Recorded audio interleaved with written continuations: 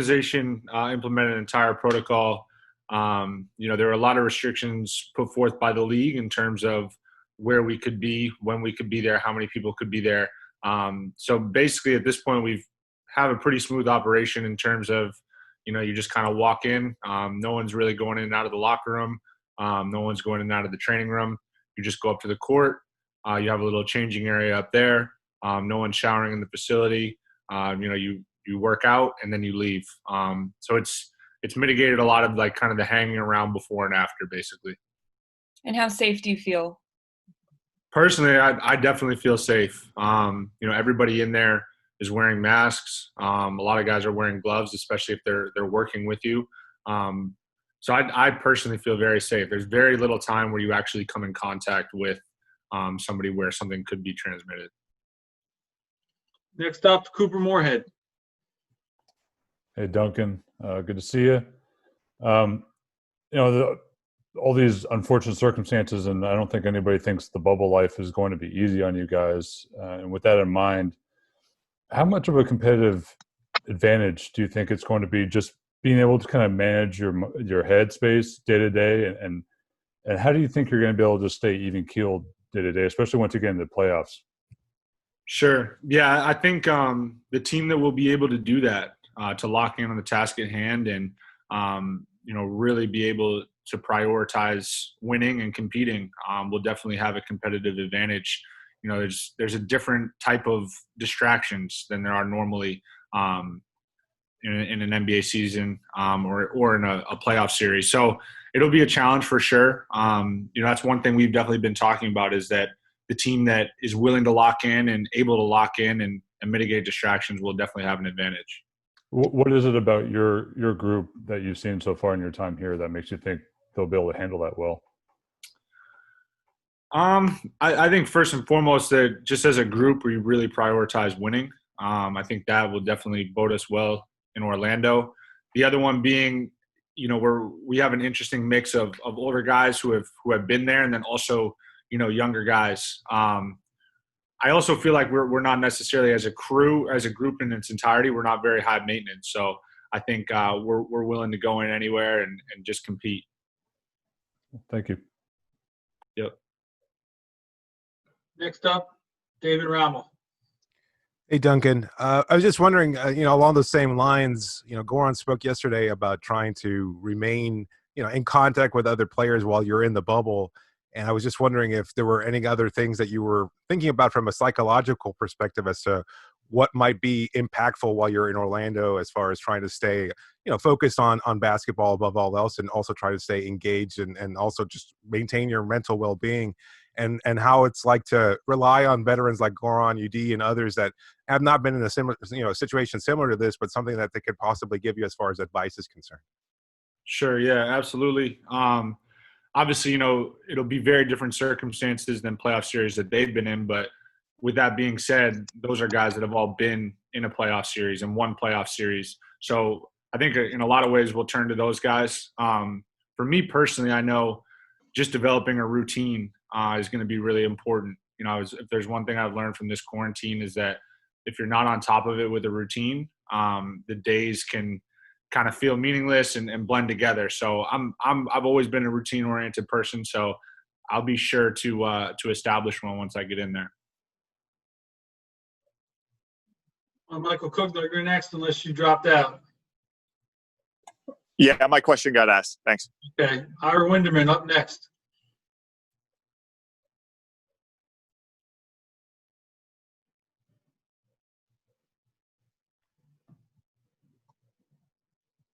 Duncan, you there? Yeah. Hey, quick question. I know you've been working out on individual workouts, but really haven't done 5-on-5 workouts since like March 11th. How difficult is it going to be to get back up to speed with that? And sort of how odd has it been not to play any 5-on-5 basketball now, going on almost 4 months?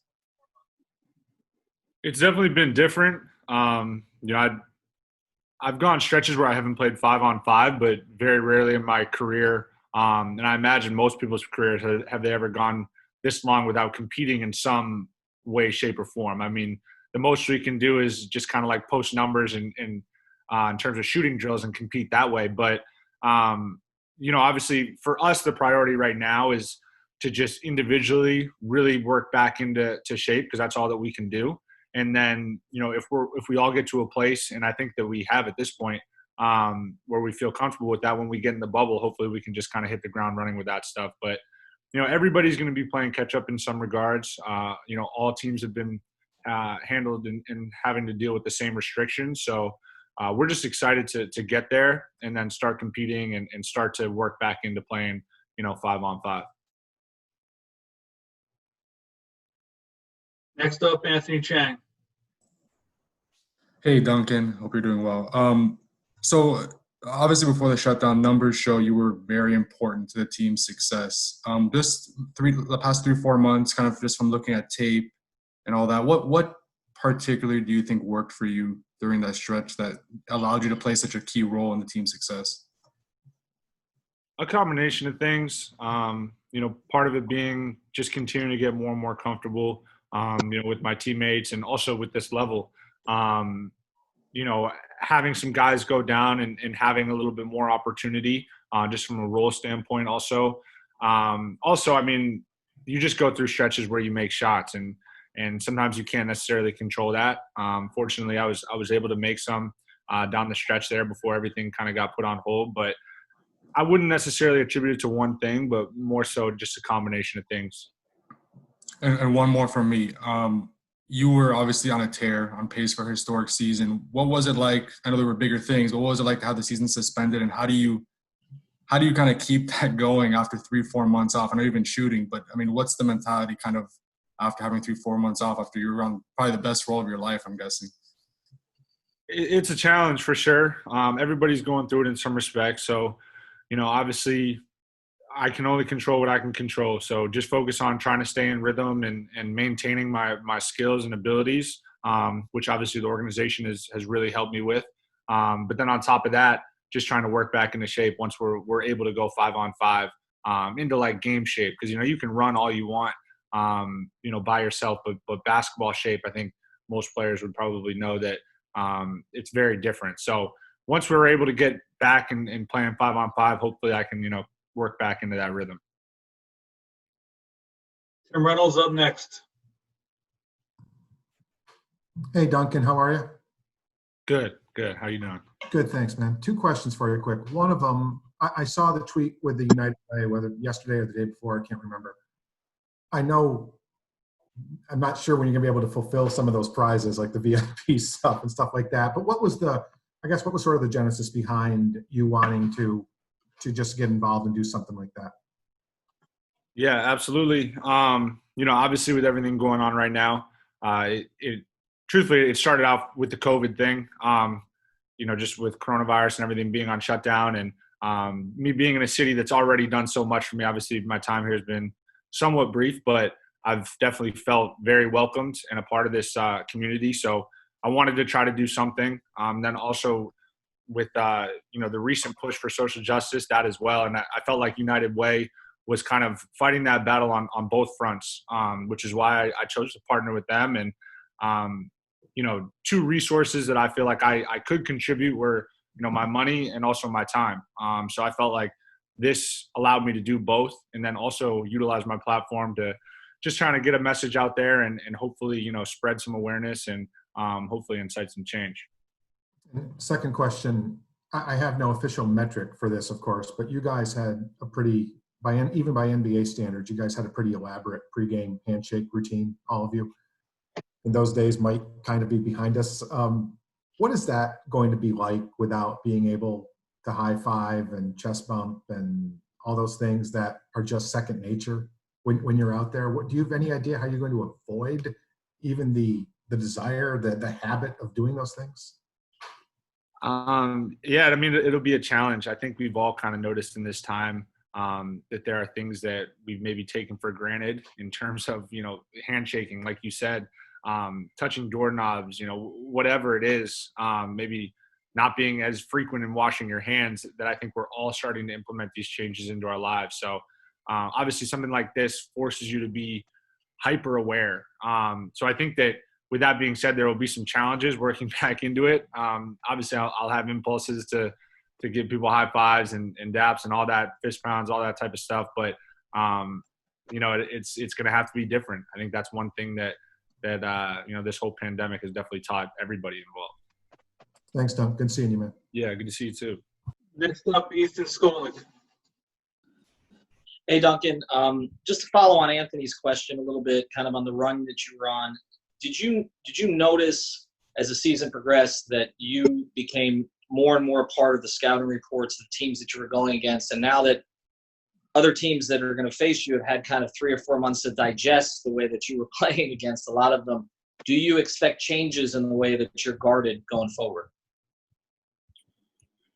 Yeah, definitely changes as the season went on, for sure. I think that kind of coincided with my role as my role kind of started to shift. And I alluded to it earlier, but that was for a variety of reasons, guys coming in and out of the lineup, me having stretches where I was shooting the ball well. So I definitely saw myself become a little bit more of a priority in terms of defenses. But you also, you kind of got to learn to expect that whenever you kind of go on a run or start making shots. Obviously, a defense's first reaction is going to be, how can we slow this down? So I'm definitely expecting to see something different and just additional focus and attention.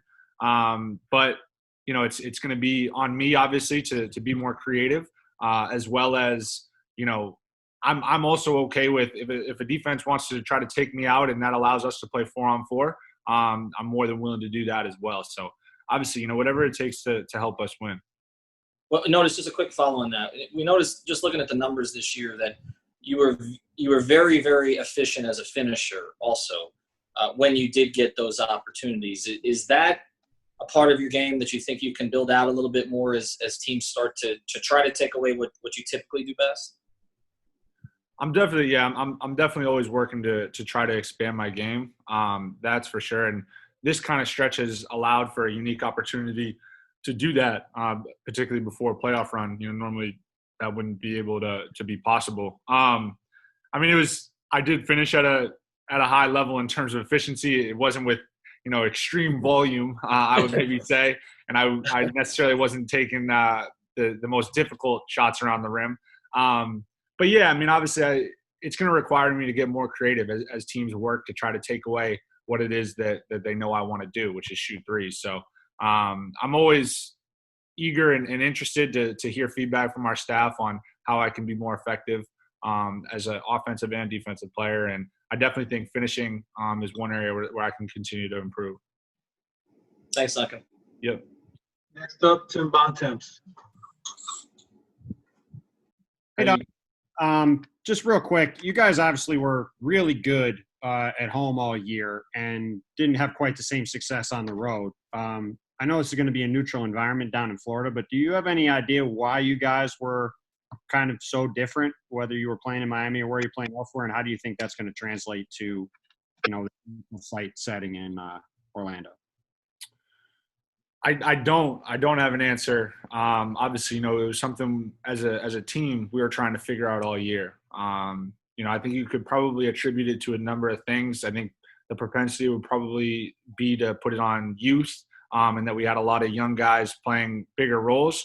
I don't like to subscribe to that opinion personally. I think it probably holds some legitimacy. I think similar to what I mentioned earlier is that it's just a combination of things. I don't think it's one thing in particular. And then in terms of being in a neutral site, I think that it presents a great challenge for us for sure. But also a great opportunity in that, a lot of teams don't think that, or a lot of people have opinions that we can't necessarily win outside of American Airlines. So I know that's something that we're excited to embrace. Thanks, man. Yep.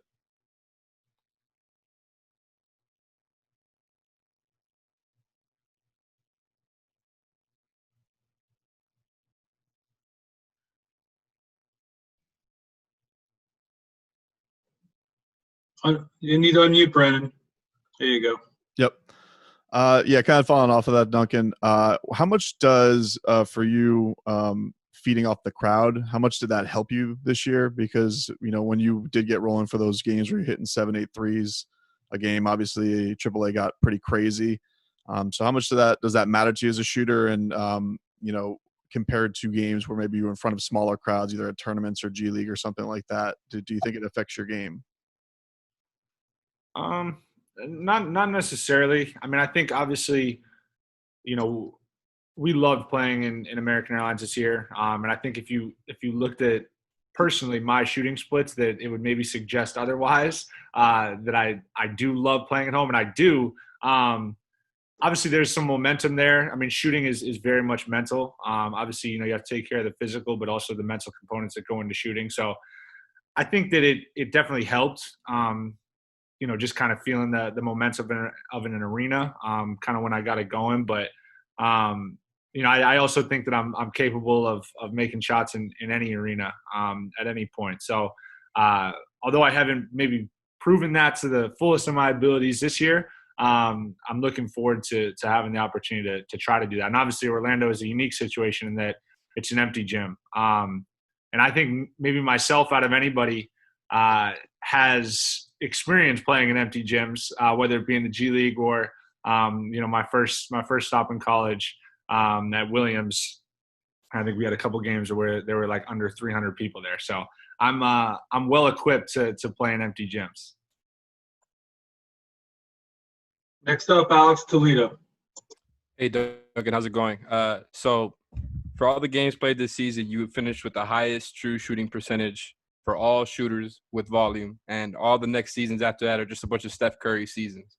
So it's an understatement to say how important you are for this team. Do you feel like you can keep up that hot shooting rate? And do you feel like that, your young legs kind of help you out in this type of situation where you had 3 months and you kind of just got to get back in rhythm?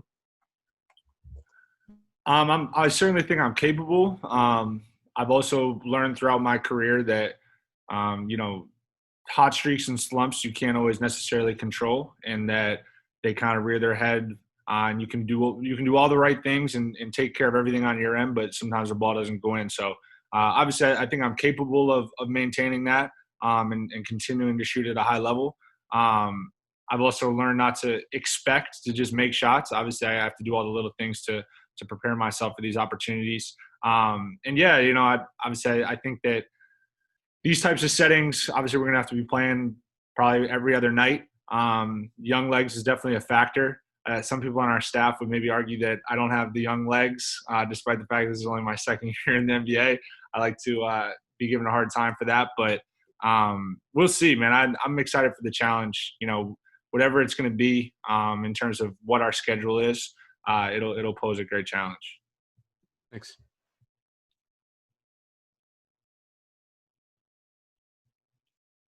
Hey, Duncan, thanks for taking the time with us today. This idea of playing in a bubble atmosphere and potentially, and I hate this term, but having an asterisk for a champion. You had Eric Spoelstra yesterday saying this may be the most deserving champion. Where do you stand on the idea that this championship may be viewed differently with an asterisk, or maybe even more deserving for the champion? Yeah, I think no matter which way you cut it, I think it'll be looked at differently. I definitely think that whoever comes out of this, it'll be an incredible accomplishment. Just given the circumstances and the hiatus that we all went on, and just kind of that strange stretch of time where nobody knew where anything stood, and outside of basketball, really just in terms of our entire country. So I think whoever comes out on top of this in October will definitely have a ton of experience to show for, and it'll be obviously be a ton of challenges between now and then.